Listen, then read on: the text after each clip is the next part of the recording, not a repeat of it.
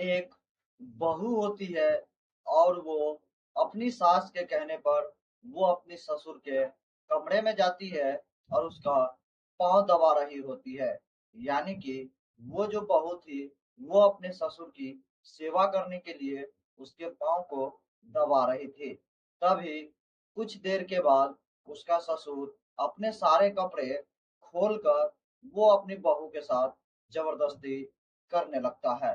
तभी उसकी सास आती है और सास जो कहती है कि बहू जब वो अपने सास से बताती है कि ससुर जी मेरे साथ इस तरह करने की कोशिश कर रहे थे, तभी उसकी सास और उसका पति जो कहता है वो बहुत ही ज्यादा हैरान कर देने वाला था। और आखिरकार कोई भी ये यकीन नहीं कर सकता कि आखिर एक सास और एक पति ऐसा कैसे कह सकता है अपनी पत्नी के साथ कि तुम अपने मेरे पिता के कमरे में चली जाओ। नमस्कार दोस्तों, मेरा नाम है सुशील पंडित और आज की जो ये कहानी है दोस्तों, बहुत ही ज्यादा आश्चर्यचकित और हैरान कर देने वाली है। क्योंकि इस कहानी को सुनने के बाद आप लोगों में से किसी को भी यकीन नहीं होगा कि आखिर कई ऐसे हमारे भारत देश में राज्य है जहां इस तरह की घटनाएं आए दिन होते रहती है और इस तरह की रीति रिवाज चलती रहती है। तो आज की जो कहानी है दोस्तों, यह कहानी भी कुछ इसी प्रकार है। दोस्तों, मेरा नाम है सुशील पंडित और आप देख रहे हैं। अगर आपको ये वीडियो पसंद आए तो आप हमारे वीडियो को एक लाइक कर दीजिएगा और हमारे इस चैनल को सब्सक्राइब कर दीजिएगा और अपना प्यार भी हम लोगों पे दिखाइए। दोस्तों, आप लोग हमें सपोर्ट करेंगे तो जल्दी से मैं अपना चैनल को मोनेटाइज कर सकता हूँ। चलिए दोस्तों, इस कहानी को शुरू करते हैं। यह कहानी है दोस्तों मध्य प्रदेश के इंदौर शहर की। उसी के अंतर्गत एक अन्नपूर्णा थाना क्षेत्र होता है, उसी इलाके की ये घटना है। दरअसल उस एक परिवार होता है, उसमें एक ससुर होता है, सास होती है और उसका एक बेटा होता है जिसका शादी हुआ था, तो उसकी एक पत्नी भी होती है। दोनों परिवार बहुत ही अच्छी तरह से खुश थे और एक साथ रह रहे थे। एक दिन उस बहू की सास कहती है कि बहू, तुम जाकर ससुर के पैर पैर को दबा दो ताकि उनको आराम मिल सके। बहू अपनी सास की बात मानकर वो अपने ससुर के कमरे में जाती है, उनका पाँव दबाने लगती है। थोड़ी देर पाँव जैसे ही दबाती है, उसके बाद उसका जो ससुर थे वो अपने सारे कपड़े खोलकर अपनी बहू के साथ जबरदस्ती करने की कोशिश करते हैं और उसके साथ संबंध बनाने की कोशिश करते हैं। जैसे ही उसकी बहू अपने ससुर को निर्वस्त्र कपड़े में देखती है, तुरंत ही वो उस कमरे से भागकर बाहर आती है और अपने सास और अपने पति को ये बात बताती है। जैसे ही वो अपनी सास को ये बात कहती है, तो उसकी सास कहती है, इसमें शर्माने वाली कौन सी बात है। हर बहू का ये तो फर्ज होता है कि वो अपने ससुर को हर सेवा का जो है सुख शांति प्रदान करे और तुम्हें तो खुशी होने की चाहिए कि तुम्हें ससुर को संतुष्ट करने का ये मौका मिल रहा है। ये तो तुम्हारा धर्म है कि तुम अपने ससुर की सेवा करो। ये बात सुनकर उस बहू की पैरों तले से जमीन खिसक गई। उनको यकीन नहीं हो रहा था कि आखिर उसकी सास इस तरह की बात कैसे कर सकती है। तभी दौड़कर वो अपने पति के पास जाती है और वो अपने पति से कहती है कि ससुर जी मेरे साथ जबरदस्ती करने की कोशिश कर रहे थे, मेरे साथ संबंध बनाने की कोशिश कर रहे थे। जैसे ही ये बात वो अपने पति को बताती है, उसका पति भी वही जवाब देता है, कहता है इसमें कोई बड़ी बात नहीं है, ये सब तो चलता ही रहता है। तुम्हें तो पिताजी को खुश करना चाहिए और तुम्हें भी खुश होना चाहिए, क्योंकि तुम्हें पिता को खुश करने की ये सबसे बड़ी मौका मिली थी।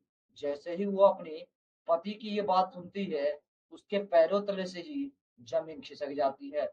उसको अपने कानों पर विश्वास नहीं हो रहा था कि आखिर उसकी सास और उसका पति इस तरह की बातें कैसे कह सकता है। क्योंकि वो जो महिला थी, जो बहू बनकर आई थी, उसे अब अपने पति और अपनी सास पे भी भरोसा नहीं थी और वो जल्दी जल्दी में वो अपने सारे कपड़े पहनकर वो घर से भाग जाती है। और जैसे ही भागती है, वो इंदौर के अन्नपूर्णा थाना क्षेत्र में पहुंचती है और उसी में पुलिस स्टेशन में जाकर वो अपनी सास ससुर और अपने पति के खिलाफ एफआईआर दर्ज करवाती है। जैसे ही वो अपने पति के खिलाफ और सास ससुर के खिलाफ एफआईआर दर्ज करवाती है, पुलिस इसके बारे में पूछते हैं कि आखिर तुम्हारे साथ हुआ क्या। तब वो बताती है कि मेरे साथ मेरे ससुर ने जबरदस्ती करने की कोशिश की, मेरे साथ संबंध बनाने की कोशिश की। दरअसल वो एक कमरे में आराम कर रहे थे, तब मेरी सास ने मुझे कहा कि मेरे ससुर का पाँव जाकर दबा दूं, और मैं अपने ससुर का पाँव दबाने के लिए गई थी, और थोड़ी ही देर मैं अपने ससुर का पाँव दबा रही थी, तभी वो अचानक से अपने सारे कपड़े खोल दिए। जैसे ही मैं वो बात अपनी सास को बताई, तो मेरी सास कहती है कि कोई बात नहीं, ये सब तो चलता है, तुम्हारा फर्ज बनता है कि तुम ससुर के साथ सेवा करो और उसे खुश करो। और ये बात सुनकर मुझे बहुत ही आश्चर्य हुआ, और तभी मैं अपने पति के पास गई और मैं अपने पति से ये बात बताई, तो मेरा पति भी वही बात कहा कि कोई बात नहीं, ये सब तो चलता है, ये तो तुम्हारा फर्ज था। और ये बात जैसे ही पुलिस सुनते हैं, उनको अपनी कानों पे विश्वास नहीं हो रहा था कि आज के भी इस दुनिया में ऐसे ऐसे पति और सास है जो अपनी बहू को इस तरह की दरिंदगी में ढकेलने की कोशिश करते हैं। क्योंकि दोस्तों, हमारे भारत देश में आए दिन ऐसे ऐसी घटनाएं सुनने को मिलती है जो बहुत ही आश्चर्यजनक और विश्वास करने लायक भी नहीं होता है। और हमारे घर में आजकल हमारी बहू बेटियां भी सुरक्षित नहीं रही है, जबकि हमारे भारत में कई ऐसे कानून बने हैं जहां पर बेटियों को ज्यादा से ज्यादा सुरक्षित रखने की कोशिश करते हैं, लेकिन हमारी बेटियां आजकल हमारे घर में ही सुरक्षित नहीं है। तो बाहर की बात ही क्या है, और वही बात आज उसके घर में उसके ससुर ने उस महिला के साथ जो करने की कोशिश की थी, वो काफी जो है शर्मिंदगी भरी थी, और एक ससुर के लिए काफी ही शर्मसार कर देने वाली थी। इस कहानी को लेकर जैसे ही पुलिस सारी जानकारी जुटाती है, तुरंत ही उसके ससुर और उसके पति और साथ ही साथ उसके सास को भी तुरंत ही जाकर गिरफ्तार कर लेते हैं, और जो भी कानूनी कार्रवाई होती है उनके ऊपर की जाती है। साथ ही साथ उनके ऊपर दहेज का भी चार्ज जो होता है वो लगा दिया जाता है, उनके ऊपर दहेज का भी केस दर्ज करवा देती है उसकी जो बहू थी। और इस तरह वो अपने आप को, अपनी इज्जत को बचाने में सफल होती है। बाकी दोस्तों, ये जो कहानी थी बहुत ही आश्चर्यचकित थी और बहुत ही ज्यादा हैरान कर देने वाली थी। किसी को भी यकीन नहीं हो सकता था कि एक सास अपनी ही बहू को कहेगी कि वो ससुर के साथ जाकर संबंध बनाए, और उसका पति भी बोले कि तुम जाकर मेरे पिता के साथ संबंध बनाओ। इस तरह जो ये कर रहे थे, ये बहुत ही ज्यादा आश्चर्यचकित थे। बाकी दोस्तों, इस कहानी को लेकर आप क्या सोचते हैं और आपका क्या विचार है, हमारे कमेंट सेक्शन में कमेंट करके जरूर बताइएगा। बाकी इस वीडियो से मैं विदा लूंगा, और फिर मैं मिलूंगा आपसे अगला एक नई एपिसोड में एक नई कहानी के साथ। तब तक के लिए जय हिंद, जय भारत। सतर्क रहिए, सावधान रहिए।